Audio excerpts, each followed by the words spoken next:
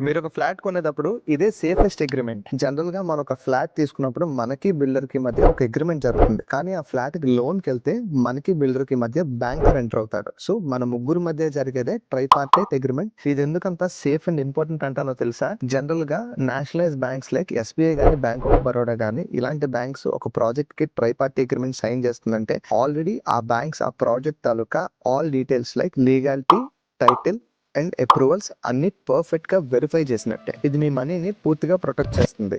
ఎందుకంటే ఆ banker builder కి స్టేజ్ వైజ్ మాత్రమే లోన్ రిలీజ్ చేస్తాడు. అది కూడా మీకు ప్రయర్ నోటీస్ ఇచ్చి మాత్రమే. ఒకవేళ బిల్డర్ కన్స్ట్రక్షన్ ఆపేస్తే బ్యాంక్ కూడా పేమెంట్ ఆపేస్తుంది. బిల్డర్ మీకు ట్రైపార్టీ అగ్రిమెంట్ ఇవ్వడానికి హెసిటేట్ చేస్తే దాని అర్థం ఆ ప్రాజెక్ట్ కి బ్యాంక్ అప్రూవల్ ఇవ్వదని చెప్పి, అండ్ ఆ ప్రాజెక్ట్ లో ఏదో లీగల్ ఇష్యూ ఉందని చెప్పి.